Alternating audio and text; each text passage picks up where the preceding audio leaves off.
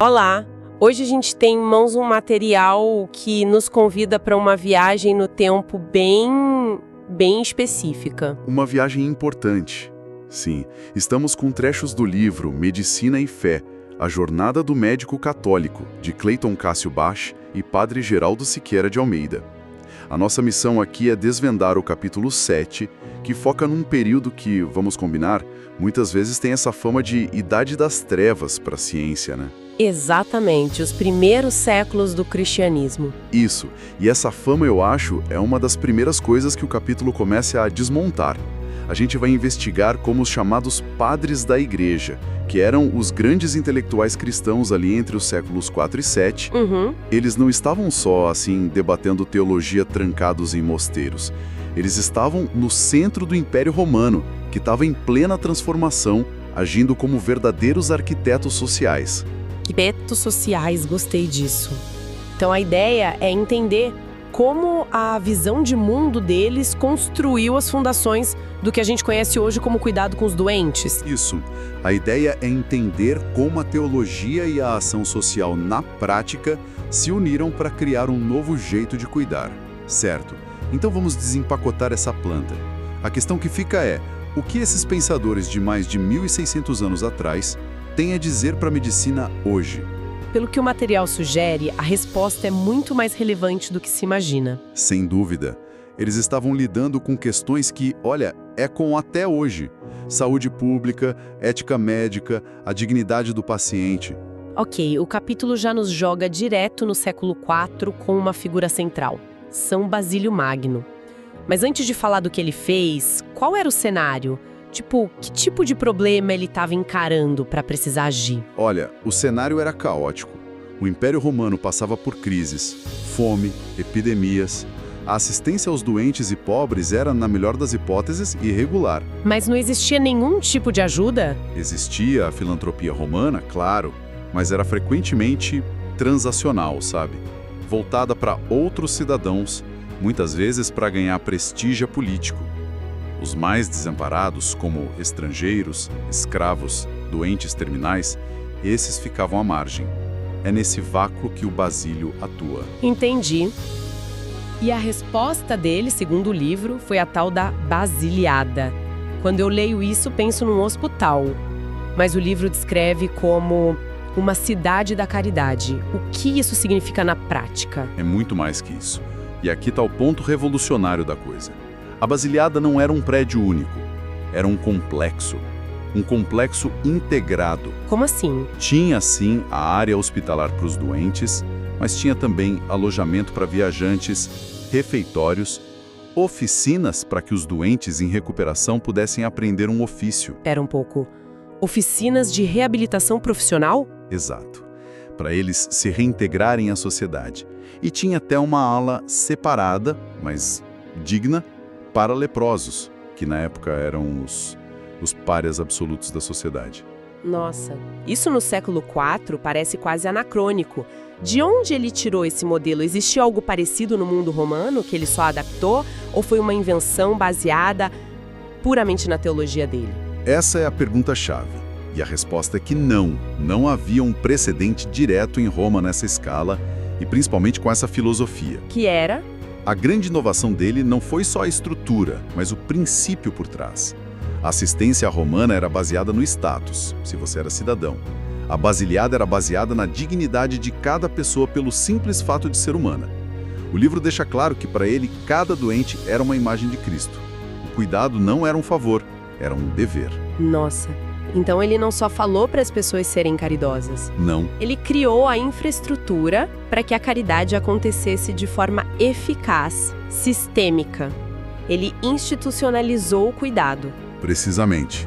Ele transformou a caridade de um ato individual, esporádico, em uma responsabilidade social organizada. E essa é uma virada de chave gigantesca na história da saúde. Ok, então o Basílio construiu a casa, a estrutura. Mas toda grande construção precisa de uma fundação filosófica sólida, um porquê. Como justificar tanto esforço dedicado ao corpo numa época em que várias correntes de pensamento até o desprezavam? Imagino que é aí que entra Santo Agostinho, que o livro aborda em seguida. Exatamente aí.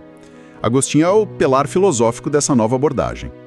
Ele travou uma batalha intelectual direta contra correntes muito populares na época, como o maniqueísmo, que ele mesmo seguiu por um tempo, e outras formas de gnosticismo. E o que seria desse dualismo radical dessas filosofias? Basicamente, a ideia de que o universo é uma batalha entre dois opostos.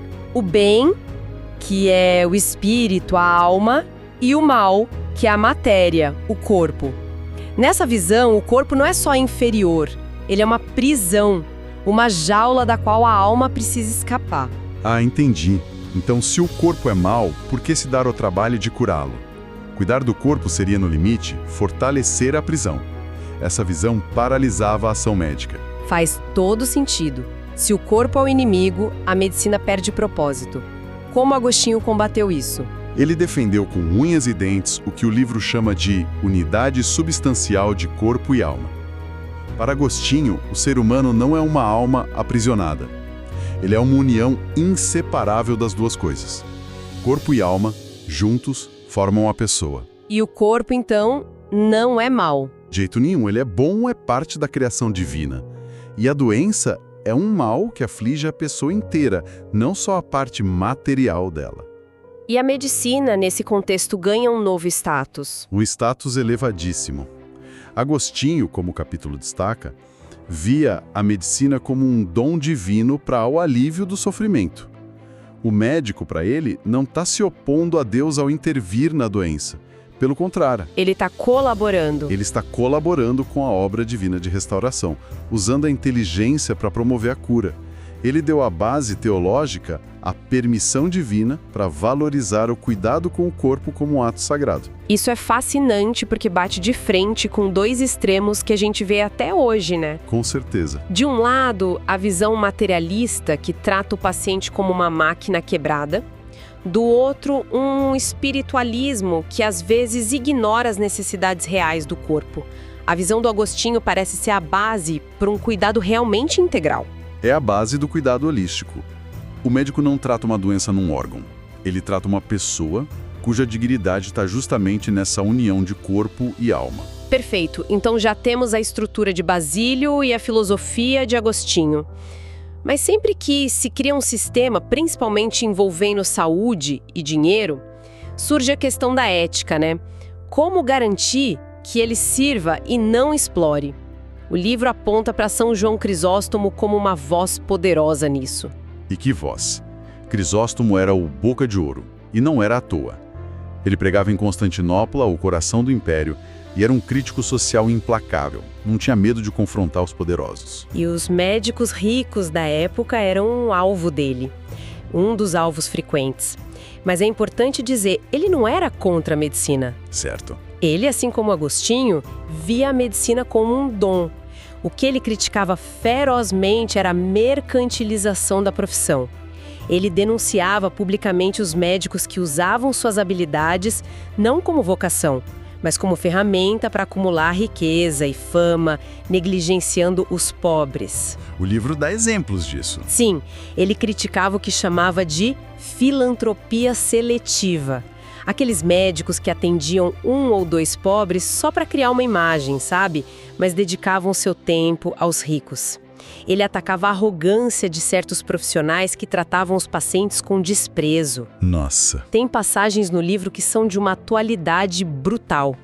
Crisóstomo dizia que preferia ser tratado por um médico pobre e piedoso a um famoso e rico, porque o primeiro trataria a pessoa, enquanto o segundo estaria de olho na carteira. Gente, se alguém me dissesse que esta frase foi tuitada ontem por um crítico do nosso sistema de saúde, eu acreditaria na hora. Essa tensão entre medicina como vocação e como negócio é uma tensão perene. O ensinamento dele nos força um exame de consciência. Sem negar o direito à remuneração, ele nos empurra para a pergunta essencial. O cuidado está acessível a todos ou só a quem pode pagar? Perguntas super necessárias. Ok, então temos a estrutura, a filosofia e a bússola ética. Parece que falta uma peça nesse quebra-cabeça para tudo funcionar em larga escala. A gestão. É aqui que entra São Gregório Magno. Exatamente. Gregório Magno foi papa no final do século VI e era um administrador genial. Ele herda toda essa tradição e a eleva a um novo patamar de organização. E como ele fez isso na prática? A situação de Roma era complicada, né? Devastada por guerras, fome, doenças, ele precisava ser um gestor de crise. O livro narra como ele usou o patrimônio da igreja de forma metódica.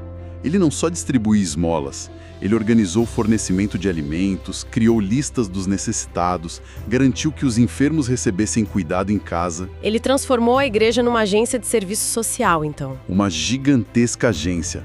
Para Gregório, a caridade não podia ser amadora. Precisava de planejamento, logística, responsabilidade.